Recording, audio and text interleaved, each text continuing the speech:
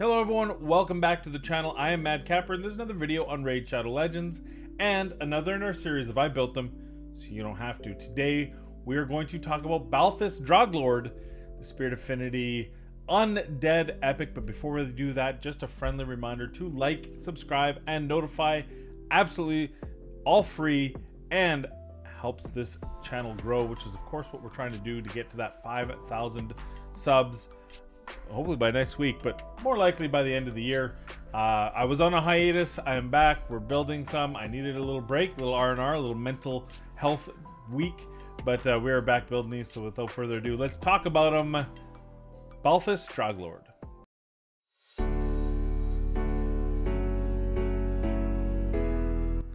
Doom Wheels.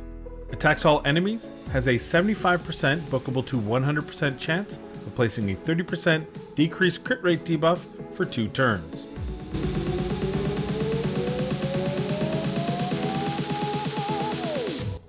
Driven to Slaughter. Attacks one enemy, has a 75% bookable to 100% chance, replacing a provoke debuff for 2 turns. Also heals this champion by 20% of their max HP.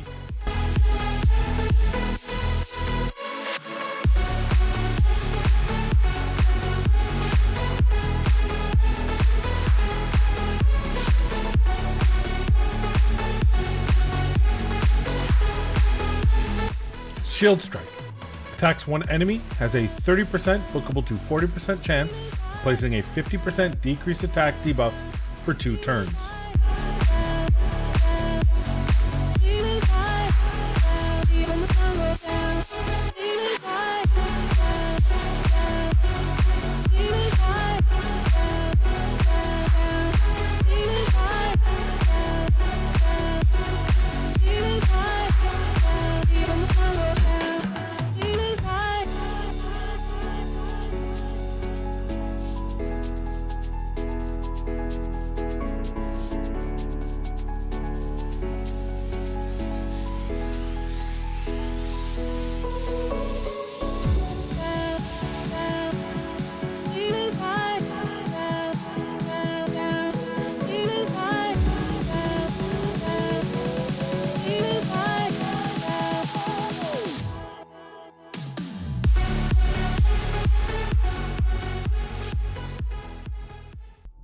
Here we are, Ice Golem 20. It didn't make it a crazy run. Obviously, 2 minutes is not a crazy time for Ice Golem 20. But I will say the damage is there. His kit kind of works. I think, I mean, we had Stagnite in for the attack down as well. But Balthus definitely can do that. His A3 hits really hard. His A1 has good damage. His A2 for an AoE is pretty decent. The reduced crit rate can be useful. So I think overall the kit's kind of neat. And he can do damage, but we'll talk about at the end what I think his misgivings are. But as far as this goes, yeah, I mean, he's definitely usable. He's definitely, you see the damage here compared to, you know, Royal Guard with the AoE, especially when you get to the boss level. But up to then, I think he was holding his own, and he's beating out Stagnite, who's actually built to do some okay damage for me. Obviously, his priorities are his debuffs, but ooh, and that's a pretty reflex piece that I think I'll keep. So there you go. A showcase on Balthus. Let's go over the gear I put him in and his masteries next. Here's my Balthus. He is currently sitting in so a little bit of everything. One of the things that, and this is more a greater thing about the skill itself, not so much on Balthus, is in order for Reflect to do its job, your champion needs to have HP, but in order for Balthus to do damage, he needs to have defense. And typically it's one or the other. Either you get defense or you get HP. So we've got a little bit of a problem here. And so typically my suggestion, if you're going to use Balthus, ignore this. This is just a little bit of extra bonus damage. Don't build him out for this. He is not a baby war chief by any means. And then as for the rest of these, the good damage, so we just want to get that defense up. I didn't have the best defense that I wanted on him, but when I was trying to balance out all the different things, I knew that I could get my crit damage up there, so I did a little bit of an imbalanced, not efficient. I would like less crit damage and convert that to defense, but just wasn't just wasn't to be on this build. But overall, we have 36.7 HP. We have over 4K defense, so at least he's going to show some kind of good damage. 200 speed, 269 crit damage at 100% crit rate, and that 208 debuff accuracy. We did that by not going with an accuracy banner. We went with a defense banner instead. We could have probably dropped the perception, went with the accuracy banner, but with the gear I had, this was the easier way to do it. As far as his masteries, pretty standard for an attack-based champion that's got debuffs. On the offense side, the main thing is to get your crit rate, get your Helm Smasher to get that extra damage. If you're trying to use him in late game bosses, I still think this is the way to go. He doesn't have cap damage, so you don't have to worry about taking him to any of the others. I think, unless you're arguably could go War Master, but I think this is kind of the common build that I like to use. We have this to help his A1 out. It obviously doesn't help his provoke, but it will help land his A1, which has a relatively low 40% chance to land that attack down, and then just some extra accuracy down that side. So as you can see here, and then of course we have him fully booked. Again, you're looking at a cool looking champion, that's for sure. So now I think I want to take him to the arena. I feel like his intention was the arena. He does have a faction crypts increased defense, which is really nice. But I feel like just looking at his stats, the best place for him is the arena. If you're going to use him. Well, I don't even know what I'm doing.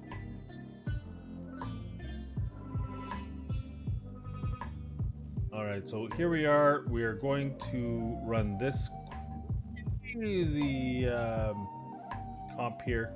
Boom. We're going to freeze. We want to definitely take her out of the picture. And now we can lock them out. And now it's his turn. We're going to provoke, and we want to make sure that she doesn't get a chance. That was the damage is there. It's a good hit. Giving us a chance to take, so she can't revive. That Trunda is their win condition. We've locked out Warlord, which is good. We're going to attack him to get that speed decrease out. See if we can kill her in time. We'll do that. Oh, so close. So close. Okay, now we're going to use his AoE. That should kill her. Some good damages there. I wouldn't say they're crazy. Now, keep in mind, I don't have a debuff. This is more of a go second team. It's more of a stall defense, so I didn't really put a debuff on there to make it a winnable. We can put this on auto, though. But he kind of did his job. What I will say, like, that, his A3 hits reasonably well, is what I will say about him. His A1 is average. His A2 for an AoE is the damage is average. It is a neat, unique thing, and that's why I thought maybe the arena, you can provoke lock out a single champion on the A3. The A2 you can reduce crit rate, which can help your survivability. And this is kind of like some kind of team where you're trying to lock him out. See, because he's got to provoke, you want him to be fast, but if you want him to be fast, he's not going to typically do as much damage. That's one of the sacrifices you typically, not always, if you have crazy endgame gear. If you have crazy endgame gear, you're probably not using him. So you're going to have to find a way to make him useful in the arena. That was how I found a way to make him useful, is of course using Hegemon to slow their booster, thus giving me the turn to go next, putting up my defense, my block debuffs along with my shields, with my Blind Seer, and then letting Balthus slowly whittle away. Gurgo, obviously a lockdown champion, very good champion, and so this is kind of the way that I might see him in the arena. Anywhere you can use him in combination with something else to lock down a champion. Reduce, if trying to, the other thought is if I reduce crit rate, there's a 30% less chance that Trunda's going to crit me, which is nice. You combine that with reaction gear, then suddenly you've got, maybe you don't have all three pieces, but you got one piece, 20% to turn a weak hit or a strong hit into a normal hit, plus you've got that 30% reduced chance to even crit at all.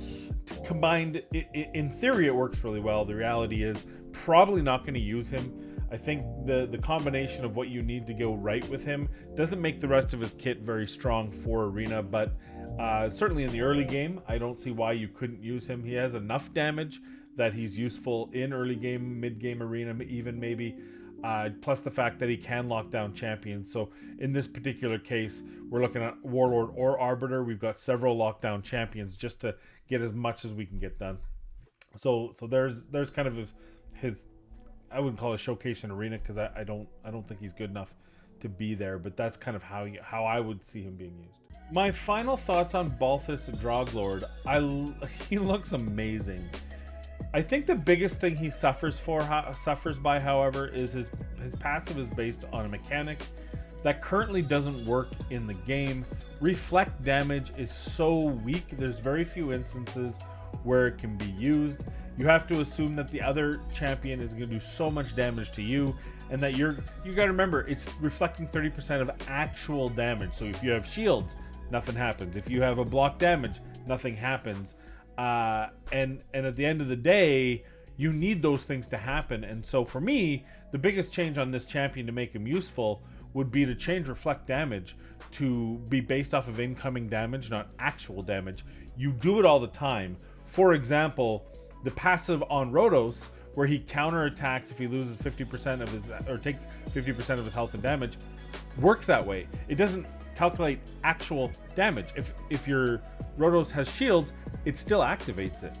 And so in that particular case, he gets that 50% threshold, even though he's not actually taking a single iota of damage. You could do that with this champion and all reflect based champions, is that it will reflect incoming damage, not just actual taken damage, right? Pre-modified damage, whatever you want to call it.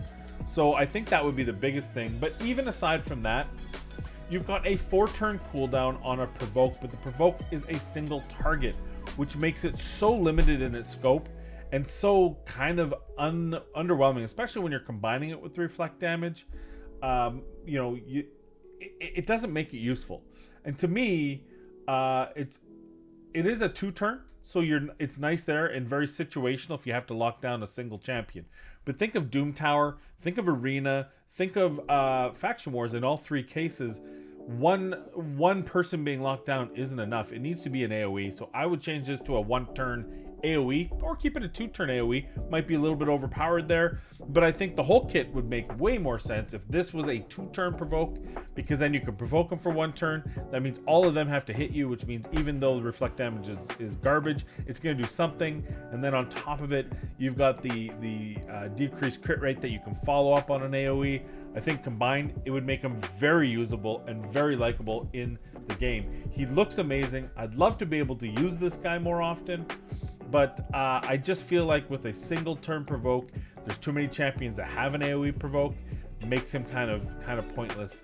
Even though he does pretty decent damage on this, the multiplier is pretty good, and even this is serviceable. I wouldn't say it's amazing or end game AoE, but hey, any AoE damage in the early to mid game is good for you, so he can be useful there. Overall, I think there's nothing wrong with his stats, nothing wrong with his kit, other than this has to be AoE. This has to be AoE, or he's just not usable. So change this to AoE, keep it to 4-turn cooldown, make it a 5-turn cooldown. I don't care, but he needs to get this off on an AoE. Then you can build him out. And the reflect damage just needs to change to calculate off of incoming damage, not modified damage, so that having that reflect up penalizes champions. The other thing that I was thinking, and unfortunately, it's a single provoke, which is nice if you use him in combination with a Seeker, for example, against the Magma Dragon. If you don't, like, I use War Chief because he's got that beautiful 3-turn, but if you're looking at other options, the cooldown is too much because it's a 4-turn cooldown or 2-turn provoke. There's no way you can 2-to-1 that boss without crazy gear and boosts and everything else. But if you're using this as your main provoke and then supplementing it with the Seeker or with another provoke champion so that you can use them in tandem, I think it'd be very, very useful in Magma Dragon. I also believe the Magma Dragon is magic affinity right now, which is bad, but I think he changes over in one of the iterations to force, if I'm not mistaken. So he would be more obviously useful, not very useful, because he'd probably die against the dragon, provoking him on the magic affinity. But when that changes to a force affinity, then obviously he's very strong in tandem with another champion. So those are my thoughts on him.